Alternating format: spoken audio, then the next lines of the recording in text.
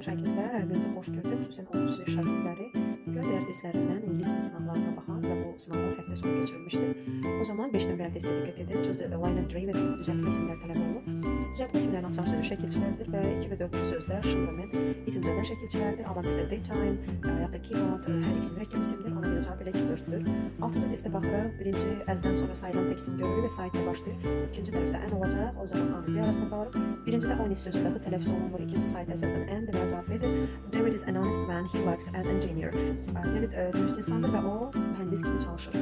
7-ci testə diqqət edirik. There are only apples and milk left in the kitchen. Mətbəxdə nə qədər alma və südün qaldığına baxırıq. İkinci tərəfdə süd sayılmır və birinci tərəfdə də only'dən sonra cəm isim olduqda if you, ya da only eli ifadələrlə birləşmə yaradır. Only, many, only few, only few deyə bir ifadə yoxdur.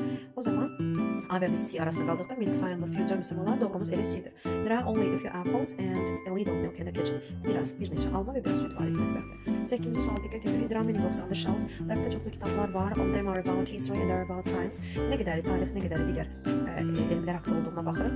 O zaman birinci diqqət edin. O da A var. Xəbər birbaşa isim yoxdur. İsim yoxdursa Azəz olmalıydı. O zaman A yanlışdır.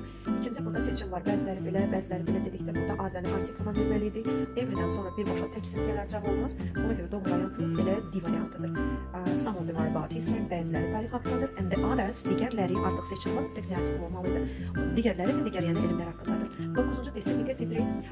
Cümlənin ikinci tərəfində can you check who it is? Baxa bilərsən, yoxlaya bilərsən kimdir? There is at the door. Qapıda deməli kimsə var. Əgər no one nobody desəm heç kim yoxdur, bəs nə üçün baxmağı sorğulayır? O zaman everyone hər kəs qapıda var deyə bilmirik ümumiyyətlə. Yəni özündən əvvəl izin yanında not almalıydı. Ona görə cümlə yanlışdır. Cavabımız elə B doğrudur. There is someone at the door. Kimsə qapıda var. 10-cu testə diqqət edirik. Veridən sonra adi dərəcə olmalıdır, amma E ilə B-də üstünlük və müqayisədir. This box is very heavy. Bu qutu çox ağırdır. A, C və D variantı arasında qalır. But the black one is even. Even'dan sonra müqayisə olmalıdır. Müqayisə olanımız təkcə elə D variantındadır. The black one is even heavier. Digəri hətta ondan da ağırdır. 11-ci testə diqqət edirik. Was var. Was hərəkət bildirmə feildir. Bizdən sifət alır, zərfləri atırıq. The game was good. Oyun yaxşı idi. And the team played və komanda da oynandı. Artıq hərəkətdən sonra feil veririk. Oyun yaxşı idi, deməli komanda da yaxşı oynadı. Cavabımız B-dir və burada feil olmalıdır. B doğru cavabdır. 12-ci testə diqqət edirik. She arrived at the airport, time for a flight. O ilə uçuş vaxtı aeroporta çatdı. Yəni tam zamanında. Tam zamanında deyəndə biz in time deyil də həmin vaxt elə üzərində çatdıqda on time ifadəsini işlədirik. İnləri atırıq. Ətlər ümumiyyətlə elə bir forma yoxdur. Deməli aeroporta çatmaq kiçik məkanlar hər zaman ətlə verilir. Böyük məkanlar inlə. Burada ət olacaq. At the airport on time olacaq. 13-cü testə baxırıq. Saatı görürük. English lessons və ya da English class starts at 9 o'clock. İngilis dərsləri saat 9-da başlayır. Ət olan iki versiyamız var. C və D. İkinci Monday morning ən çox abituriyentlərin səhvə yol verdiyi məqamdır. Ümumiyyətlə ayrılıqda Monday həftənin günü 10 olur. Ayrılıqda günün hissəsi morning, afternoon, evening bunlar inlə olur. Yalnız ikisi birləşdikdə hər zaman birinci günə istinadən veririk. Əgər birinci günün səhəri söhbət gedirsə, həmin günü ifadə edir. Əgər gündüzsə, günlər ona bərabərdir. Yenə deyirəm, günün hissəsi və gün birləşdikdə birinciyə baxırıq. Monday o 10-dan olacaq, çünki günlər 10-dan verilir. O zaman ət və 10 doğru ifadədir C. English class starts at 9 o'clock on Monday mornings. 14-cü testdə isə the room looks brighter on days. Otaq hansı gündə işıqlı görünə bilər? Stormy, fırtınalı, windy, küləkli, cloudy, bulutlu, foggy, dumanlı. İndi isə sunny, günəşli gündə təbii ki. 15-ci testdə diqqət edirik. Birinci fake sözünü görürük. Fake doğru olmayan, real olmayan, amma real görünən deməkdir. O zaman 3-də B olacaq. 3B olan variantlara diqqət edirik. İkincidə isə horrible, dəhşətli deməkdir.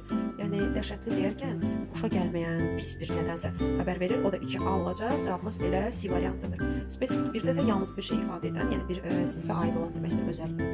16-cı testdə isə show the words with a close meaning. Close meaning yəni sinonim, yaxın mənalı. Easy, difficult, asan, çətin, antonimdir. Cheap, expensive, ucuz, baha, antonimdir. Creative, empathy, yaradıcı, boş, ümumiyyətlə heç biri deyil. Ancient, modern, qədim, müasir, antonim, amma A variantında annual, yearly, hər ikisi illik deməkdir.